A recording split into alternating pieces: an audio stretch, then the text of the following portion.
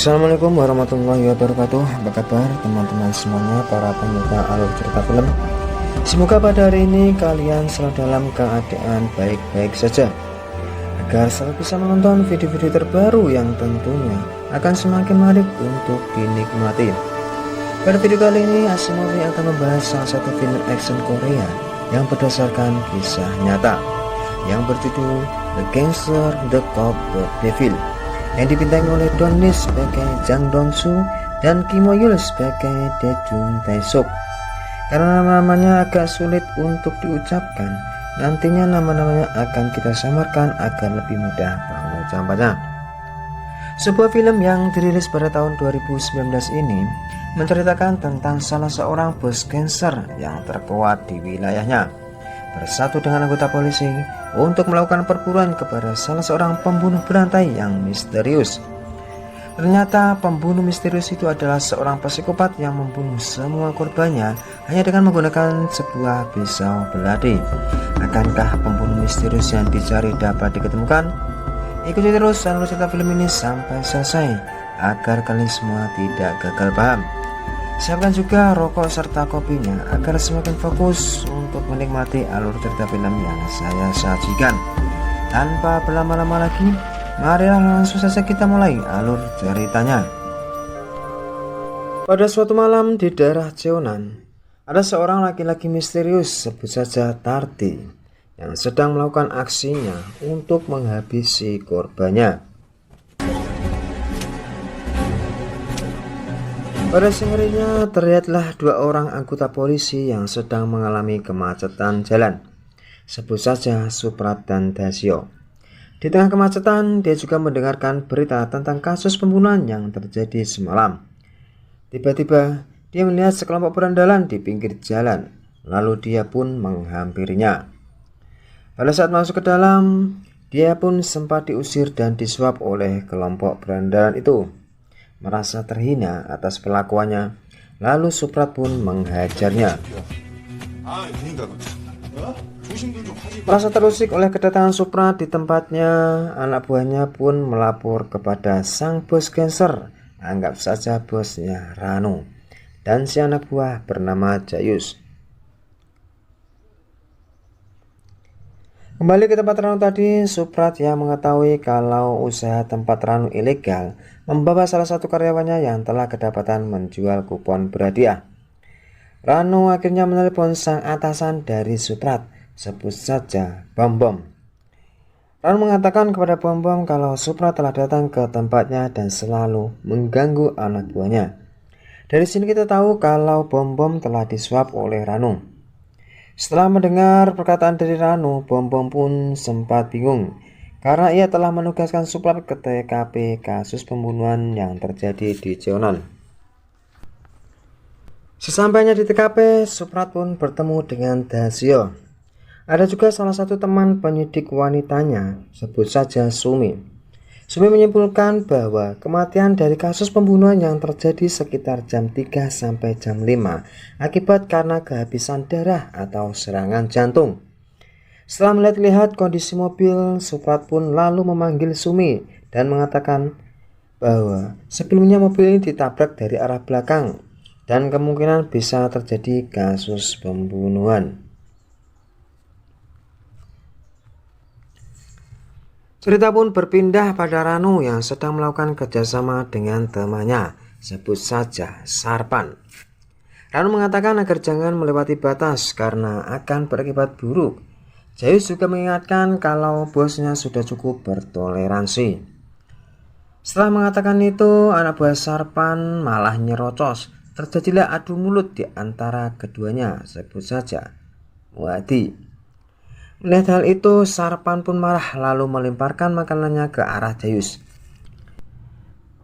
Lalu akhirnya Ranu pun malah memukul wajah Jayus dan mencongkal dua gigi milik Muhadi dan memasukkan gigi itu ke dalam minuman beralkohol dan menyuruh Sarpan untuk meminumnya.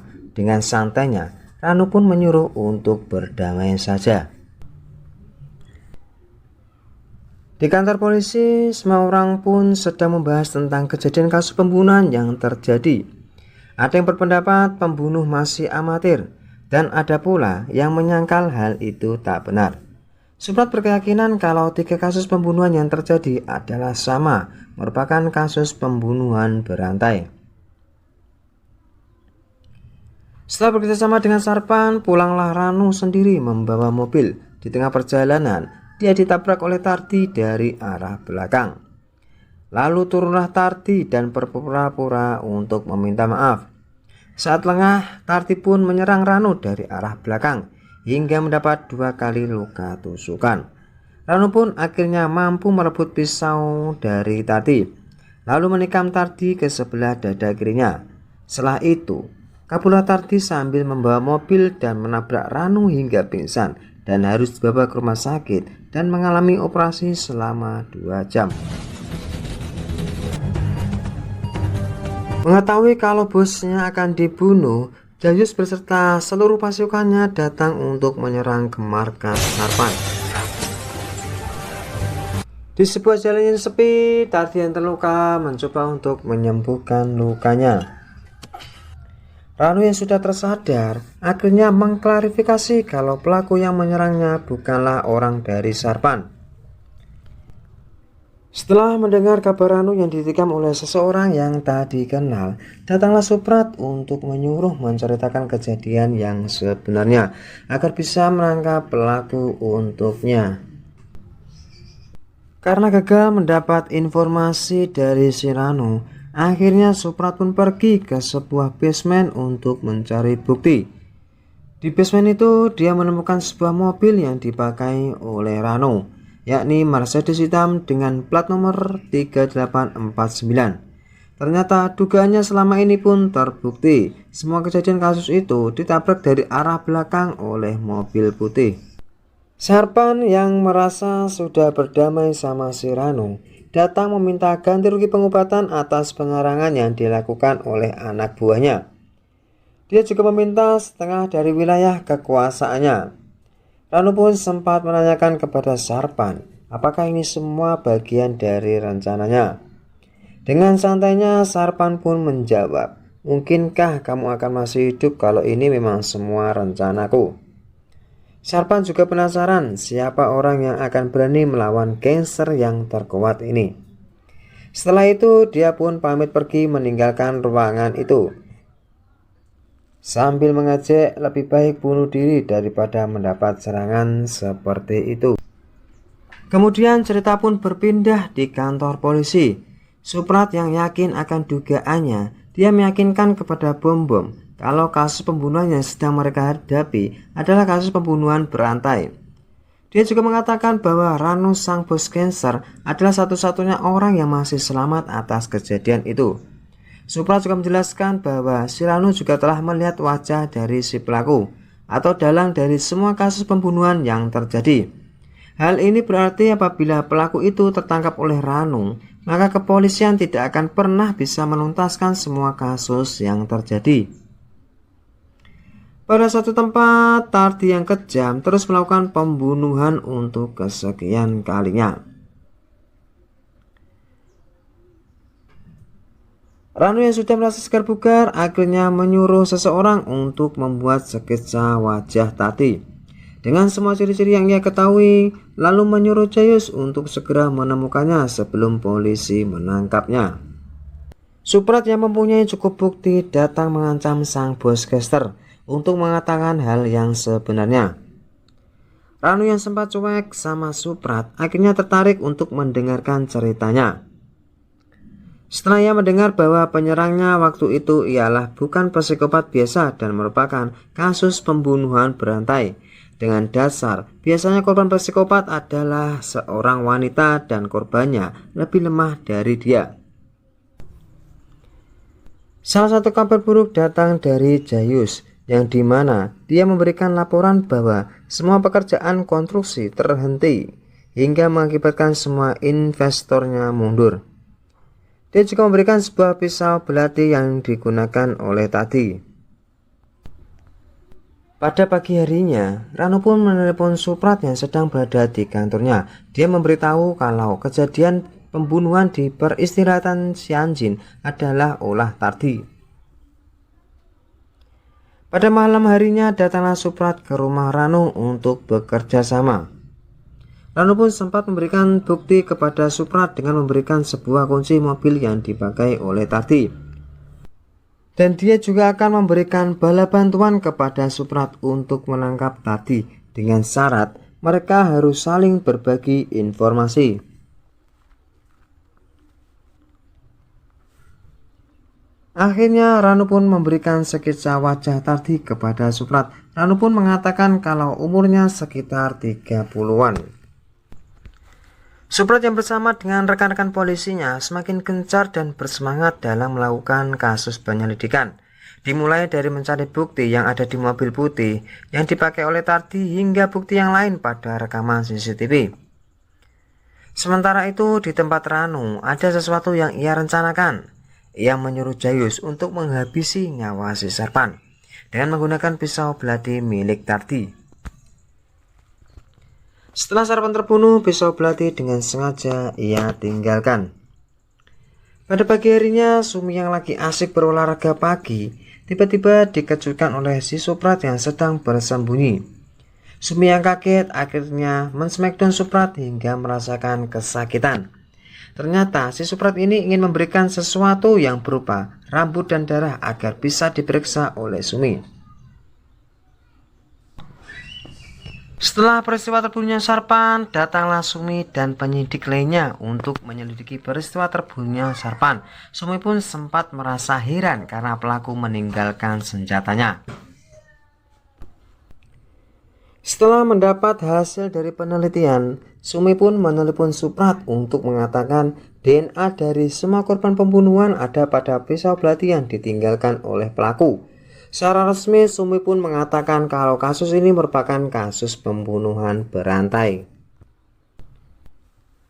Setelah mendengar atas semua yang dikatakan oleh Sumi, Suprat pun datang ke rumah Ranu dan menuduh Ranu sebagai pelaku dari semua kasus pembunuhan berantai itu. Dan terjadilah baku hantam di antara keduanya. Tapi apalah daya, ternyata Suprat tak mampu mengalahkan bos gangster yang perkasa itu. Suprat pun menanyakan apakah kamu membunuh Sarpan. Ranu menjawab iya. Mendengar jawaban dari Ranu, Suprat pun jengkel. Lalu dengan nada mengejek, Ranu pun mengatakan anjing pun akan tertawa mendengar hal ini. Ranu meyakinkan kepada Suprat untuk fokus menangkap pria misterius atau pelaku dari kasus pembunuhan berantai itu. Tiba-tiba datanglah tim khusus investigasi untuk mengambil alih kasus itu. Tibalah pada saat proses upacara pemakaman Sarpan. Sebagai orang yang kenal dekat, Ranu pun datang untuk menghadiri sebagai rasa bela sungkawa. Lalu dia pun menghampiri Muhadi. Muhadi mengira kalau si Ranu ini tak akan datang. Ranu pun menjawab sebagai teman dia pasti akan datang. Pada saat acara jamuan makan, Tardi pun sempat melihat ke arah Ranu. Ranu yang sadar akan kehadiran Tardi lalu ditelepon oleh seseorang. Setelah selesai menelepon, Ranu pun kembali melihat ke arah Tardi. Dan ternyata Tardi sudah tidak berada di tempat. Ternyata si Tardi menghampiri Muhadi dan memberikan sebuah kertas yang bertuliskan bahwa kematian dari si Sarpan bukanlah aku yang melakukannya, melainkan ada orang lain yang melakukannya menggunakan pisauku. Kemudian setelah membaca isi dari kertas itu, Muhadi pun melihat ke arah Ranu dengan penuh rasa kebencian. Kemudian cerita pun berpindah pada Ranu dan Suprat yang bekerja sama dengan mencari sebuah bukti yang mungkin bisa ditemukan pada sebuah mobil putih yang dipakai oleh Tardi.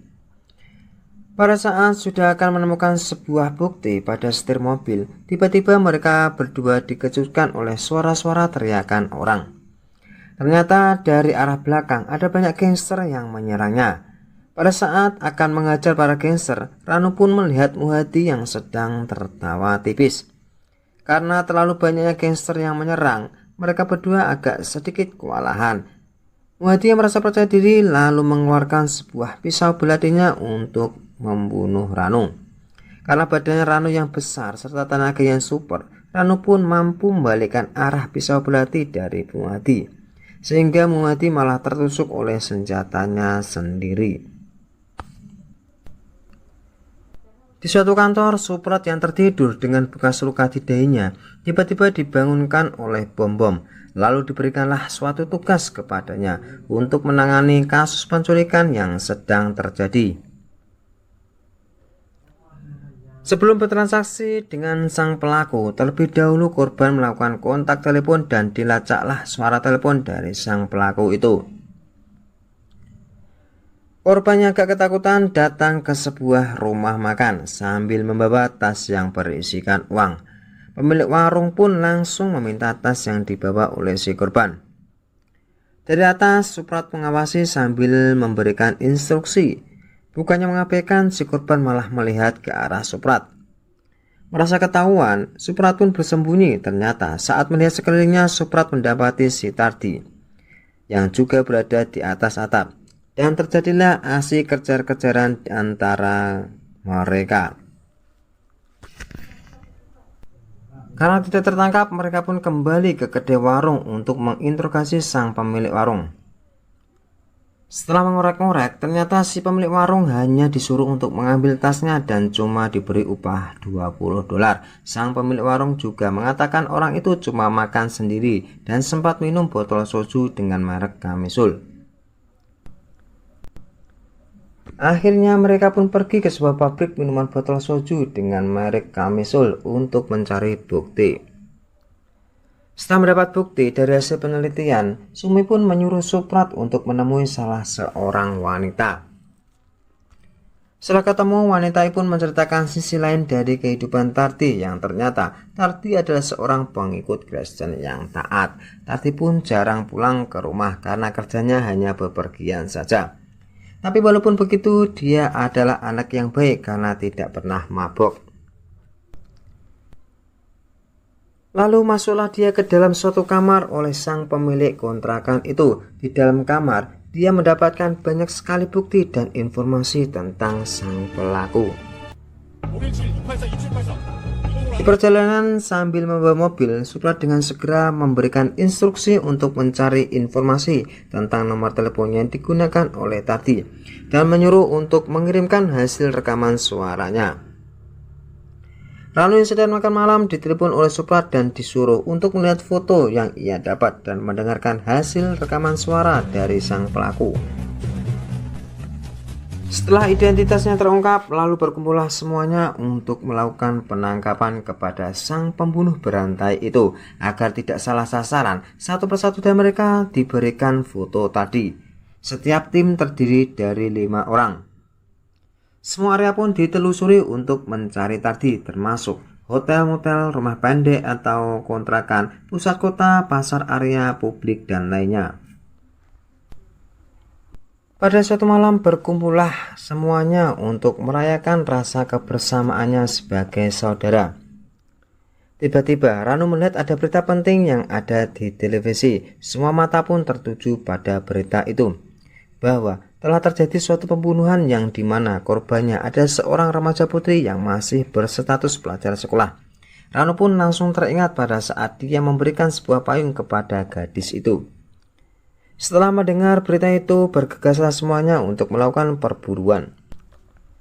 Semua anggota menyebar ke semua arah untuk mencari si Tardi. Hotel, motel pun diperiksa, ternyata akhirnya ditemukan.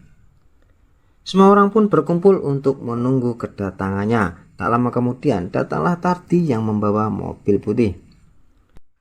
Dengan sangat pelan dan berhati-hati serta waspada, Tardi mulai melihat sekelilingnya. Merasa ada yang aneh, Tardi pun langsung tancap gaspol. Setelah terjadi tabrakan, mereka pun langsung turun dari mobil untuk mengejar Tardi yang melarikan diri. Untuk mempermudah penangkapan, mereka akhirnya berpencar. Tiba-tiba Jayus diserang oleh Tardi dan harus menerima beberapa tikaman dari pisau belatinya hingga terluka parah. Mengetahui Jayus yang sudah terluka parah dan akan meninggal dunia, Ranu pun sangat sedih. Jayus yang masih ada sisa-sisa nafas terakhir menunjukkan arah kemana Tardi melarikan diri. Setelah mencari ke sana kemari, Ranu melihat ada bekas luka darah yang berceceran. Ranu pun mengikutinya hingga dia masuk ke sebuah tempat karaokean. Dengan sangat waspada dan teliti, dia mengawasi setiap kamar. Hingga pada saat dia melihat dari luar pintu, terlihat ada 2 orang perempuan yang sedang ketakutan. Masuklah Ranu ke ruangan itu. Ternyata Tardi berada di sebuah kamar toilet. Dengan penuh emosi, Ranu pun bersiap untuk mendobrak pintu. Setelah pintu terdobrak, Ranu pun memukul wajah dari si Tardi sampai moncrot, lalu menyeretnya keluar ruangan. Ranu pun membawa Tardi dan mengikatnya pada sebuah kursi untuk disiksa terlebih dahulu sebelum akan dibunuh. Pada saat menghabisi nyawa Tardi, tiba-tiba datanglah Suprat dengan membawa mobil yang sangat kencang, lalu masuk dan menabrak Ranu hingga membuat Ranu terpental dan pingsan. Mendapat kesempatan itu, Suprat pun membawa Tardi untuk diadili. Setelah mendapatkan penyiksaan dari si Ranu, Tardi yang mengalami luka-luka ringan mendapatkan perawatan dari rumah sakit sebelum akan diadili. Tibalah saatnya sidang pengadilan. Tardi yang sebelumnya yakin kalau dirinya tidak bersalah selalu mengelak atas semua tuduhan yang ia lakukan. Padahal semua bukti sudah ada di depan mata. Hingga akhirnya datanglah Ranu yang memberi kesaksian, yang dimana Ranu ini adalah salah satu korban yang lolos dari kasus pembunuhan yang dilakukan oleh Tardi. Awalnya dia masih mengelak atas semua bukti itu, tapi saat Ranu mengatakan untuk membuka bajunya karena terdapat bekas luka tikaman oleh Ranu, dan juga disuruh memeriksa bekas luka tangannya, luka dari pisau beladinya. Setelah semua terbukti, maka hakim pun menjatuhi hukuman mati untuk Tardi. Dan Ranu pun juga ikut dihukum karena dia juga telah mengakui semua kesalahannya. Ternyata sebelum menjadi saksi, Ranu sempat didatangi oleh Suprat agar bersedia menjadi saksi dan bersedia mengakui kesalahannya. Ranu pun yang awalnya menolak terpaksa harus mengikuti kemauan Suprat dengan satu syarat, dia harus satu sel sama psikopat ini. Nah, bagaimanakah teman-teman alur cerita film yang saya bawakan? Apakah cukup menarik dan bisa membuat kalian terhibur? Jangan lupa untuk terus mendukung channel ini dengan cara menekan tombol subscribe serta tombol loncengnya agar kalian bisa terus mengikuti video-video terbaru yang tentunya akan lebih menarik lagi. Terima kasih bagi kalian yang telah menonton video ini sampai selesai. Saya akhiri dengan ucapan salam. Wassalamualaikum warahmatullahi wabarakatuh.